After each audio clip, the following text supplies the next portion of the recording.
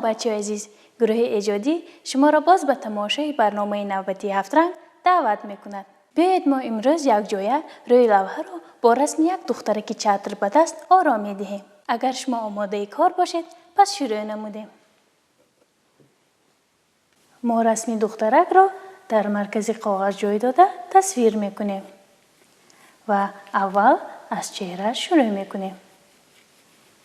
همین گونه چهرهش را نشان داده اکنون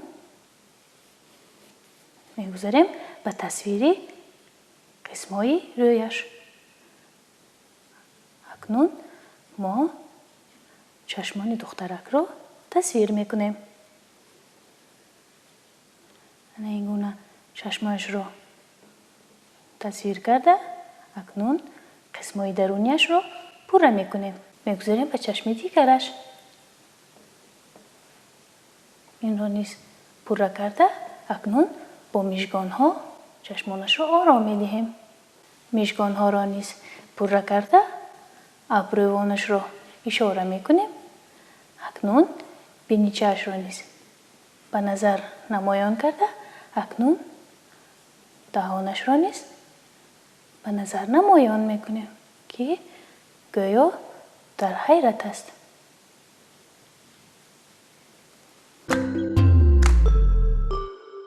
بچه عزیز، بیایید یک جایه تصویر رسم دخترک را دوام میدهیم. حالا ما در سر دخترک یک کلاه را تصویر خواهیم کرد که همین گونه شکل دارد. شکل کلاه را پوره کرده اکنون قسم بالایش را نیز نشان میدهیم. کلاه را نیز تصویر کرده اکنون میگذاریم به دیگر قسم های تصویرمان. ما گریبان هایش را به نظر نمایان کرده این گونه اکنون میگذاریم به تصویری پیراهنش.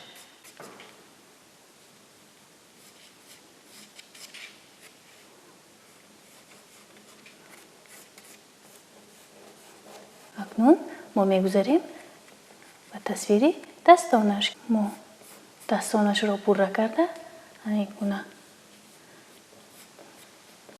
دستش را نیز در اینجا پوره میکنیم که گویا گریبانش را داشته ایستاده است. همین گونه اکنون میگذاریم به تصویری دستی دیگر. این دستش را نیز با این شکل تصویر کرده همین گونه پنجه هایش را نیز اشاره میکنیم. اکنون ما دامنش را نیز به نظر خود نمایان میکنیم. این گونه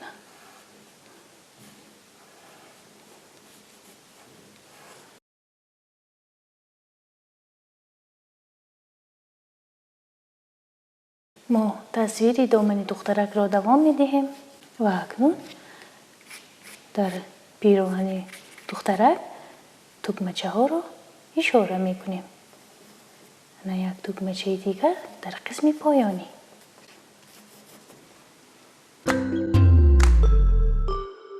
بچه عزیز، باید با تصویر پای ها رسم دخترک را باز هم پوره تر میکنیم. پایهایش را از این نقطه شروع کرده تصویر میکنیم و پای افضلش را نیز تصویر خواهیم کرد. این گونه پای افضلش را شروع کرده با همین شکل آرام میدهیم. اکنون ما میگذاریم به تصویری پای افضل دیگرش. این را نیز با همین شکل تصویر کرده این گونه پوره کرده اکنون میگذاریم به تصویر یک گردن بند. این را نیز در همین شکل تصویر کرده آن را با همین نمود دوام میدهیم که گویا در شمال الوانج خورده ایستاده است. همین گونه اکنون بیایید با تصویر یک چادر رسم دخترک را باز هم پورتر میکنیم. اول در اینجا ما دسته چادر را با این شکل نشان داده. اکنون میگذاریم و تصویری قسمی بالایی. انا همین گونه. انا چادر را تصویر کرده. اکنون آن را و قسمی بالاییش پیوست میکنیم. انا همین گونه. اکنون قسمی پایانیش را نیز پورا کرده. اکنون آن را آرام میدهیم. با همین طرز.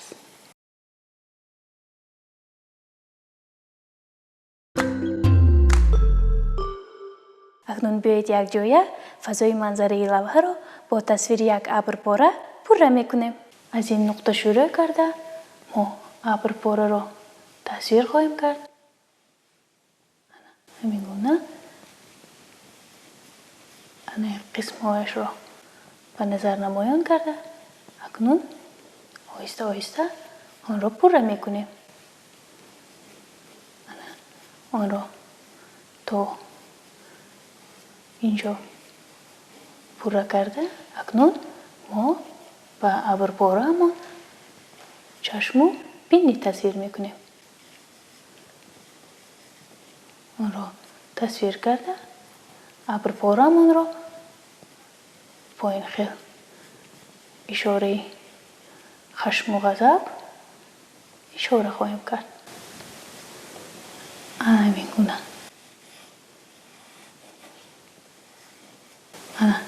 این را نیز پوره کردیم.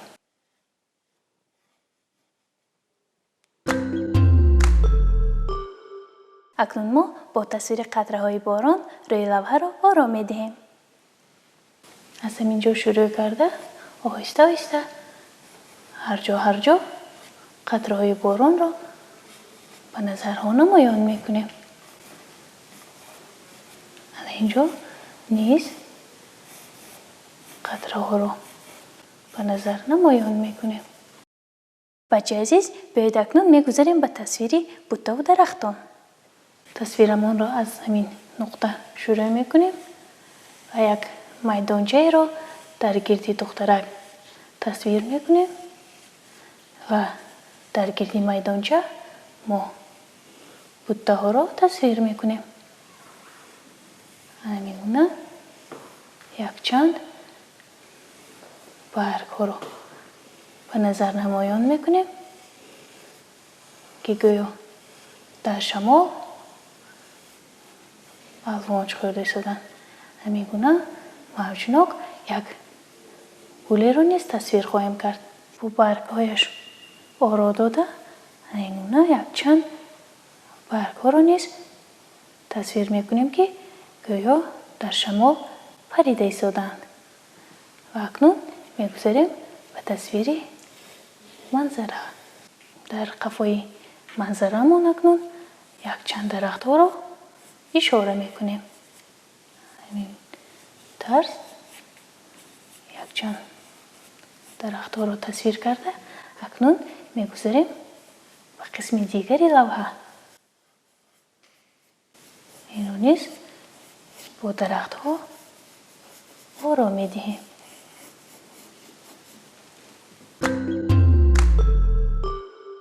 بچه عزیز ما تصویری لوحه را با استفاده از قلم عادی پوره به انجام رساندیم. اکنون میگذاریم به رنگ‌وباری آن. ما قلم دلخواه را انتخاب کرده رنگ جگری را آماده مینماییم. رنگ جگری همراه شیشه آماده گشت. با همین رنگ میگذاریم به رنگ‌وباری چهره دخترک. احتیاط کرده رنگ‌وبارمان را دوام میدهیم و چهره دخترک را میمونه پوره کرده. با همین رنگ دستهایش را نیز رنگ‌وبار میکنیم. این دستش را نیز پوره کردیم. اکنون با استفاده از رنگ زرد ما کلاه دخترک را رنگ‌وبار میکنیم. رنگ زرد همراه شیشه تیار کرده شد. با این رنگ میگذاریم به رنگباری کلاهی دخترک. ما آهسته و نازکانه کارمان را دوام میدهیم و کلاهی دخترک را با این رنگ پوش میکنیم. کلاهش را پوره کرده اکنون گردن بندش را نیز با این رنگ بار میکنیم. این را نیز پوره کرده یک قسمی چتر را نیز با این رنگ بار خواهیم کرد.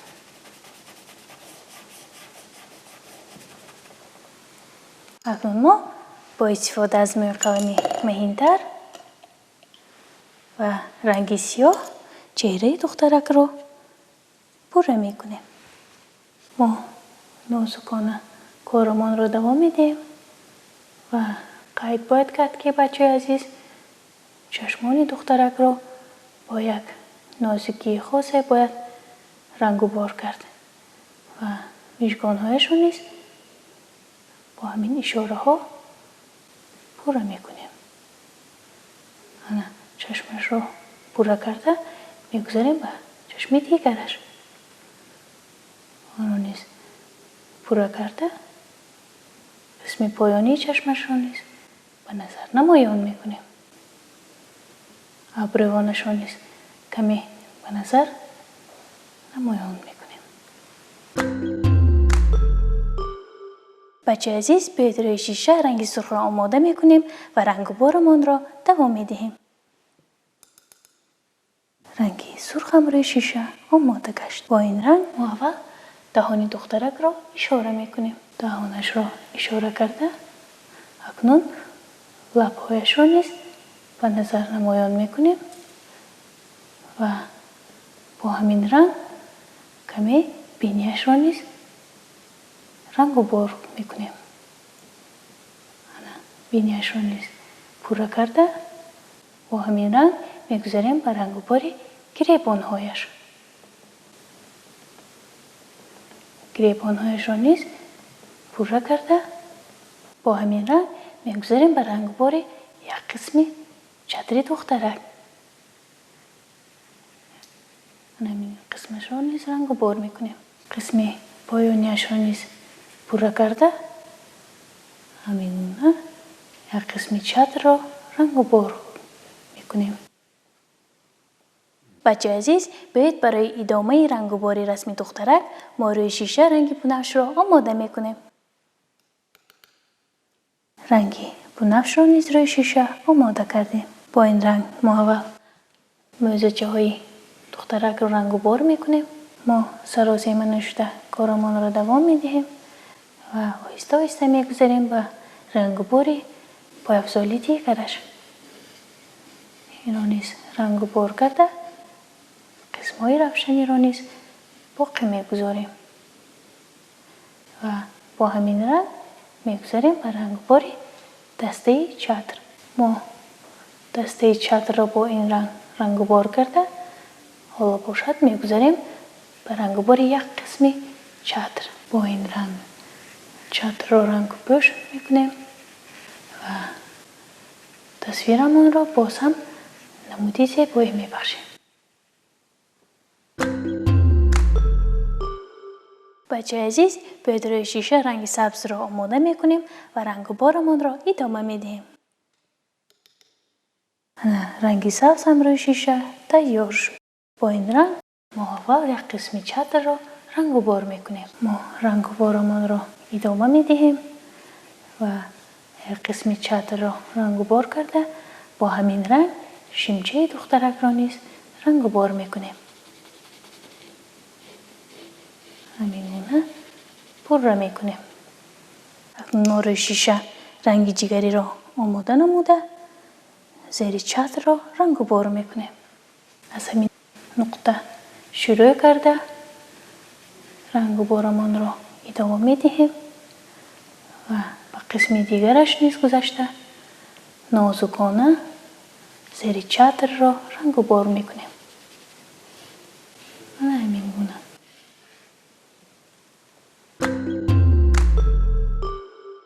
بچه عزیز بیاید روی شیشه رنگ کبوتی بلند رو آماده میکنیم و کمزوری دخترچه رو رنگ و بار میکنیم. رنگ کبوت هم روی شیشه آماده گشت. با این رنگ میگذاریم به رنگ و باری کمزوری دخترک. ما احتیاط کرده کارمان رو دوام میدهیم و کمزوری دخترک رو از قسم های بالایی سر کرده رنگ و بار میکنیم و گرد و اطراف توگمچه هایش رو نیز کوشش میکنیم که با رنگ ها رنگ پوش نکنیم. رسم دخترک تا رفت پرتر و زیباتر میگردد و با این رنگ یک نمودی زیبایی بر خود میگیرد و همین طرز دامنی کمزوری دخترک را آهسته آهسته رنگ و بار کرده اکنون و قسم های دیگرش نیز میگذاریم.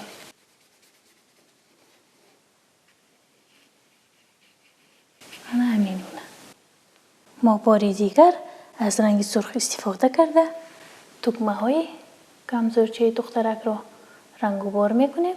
تکمه هایش را پوره کرده با همین رنگ موزچه های دخترک را با این رنگ پوره میکنیم. قسم های بالایش را پوره کرده باز هم زیباتر و دلکشتر میگردانیم.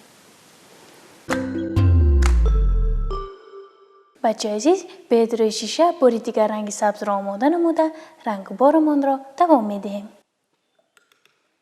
رنگ سبز را آماده کرده میگذاریم به رنگ و بار. ما رنگ و بارمان را از همین نقطه شروع میکنیم و گرد و اطراف دخترک را با این رنگ پوش کرده طبیعت لوحه را باز هم زیباتر میکنیم. سراسیمه نشده کارمان رو دوام میدهیم و گرد و اطراف میدانچه را با رنگ سبز رنگ پوش میکنیم. همین طرز گرد و اطراف میدانچه را رنگ و بار نمودیم. بچه عزیز بیاید اکنون روی شیشه رنگ های سبز و زرد را آمیخته میکنیم و رنگ و بارمان را ادامه میدهیم. ما رنگ سبز را گرفتیم و اکنون با آن رنگ زرد را آمیخته میکنیم. رنگ ما هم تیار شد. با این رنگ میگذاریم به رنگ و باری درختان. سراسیمه نشده کارمان را دوام میدهیم و از همین قسم آهسته آهسته به قسم‌های دیگر میگذاریم. اینجا را نیز رنگ پوش کرده اکنون میگذاریم به قسم‌های دیگر. اینجا را نیز پورا رنگ و بار میکنیم. حالا ما میگذاریم به قسم دیگری لوحه و چه خیلی که میبینید بچه عزیز تصویری ما تا رفت پرتر و زیباتر میگردد.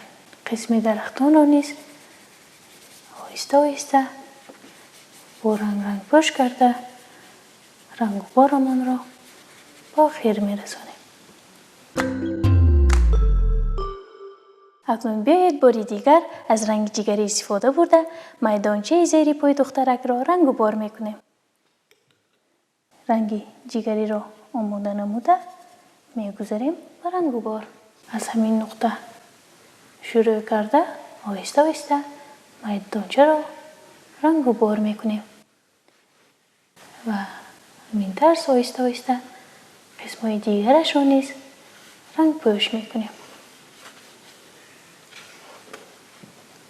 اکنون ما با استفاده از رنگ سبزی بلند تاریکی های میزه و درختان را اشاره میکنیم.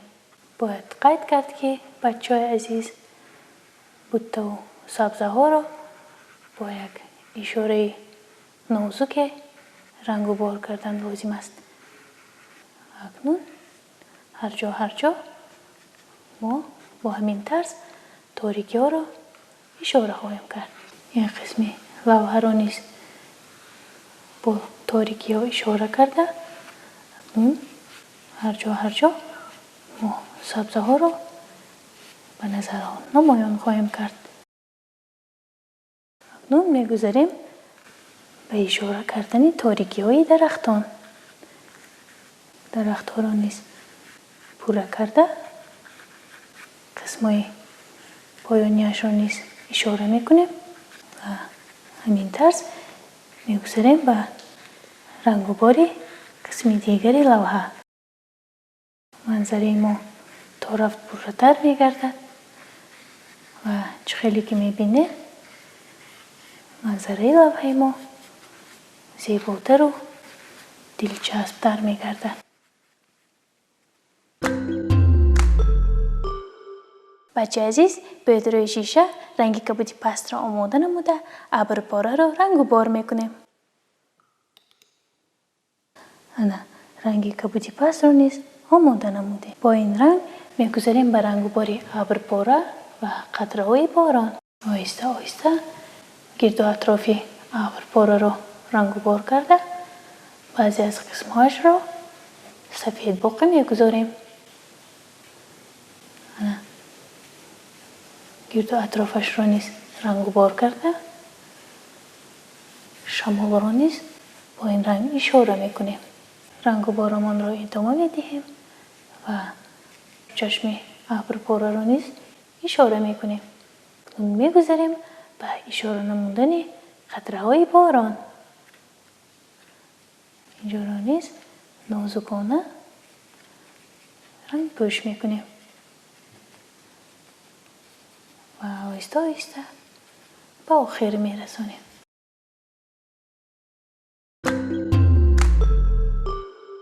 بچه عزیز ما تصویر و رنگ و باری لوحه را پوره به انجام رسانیدیم.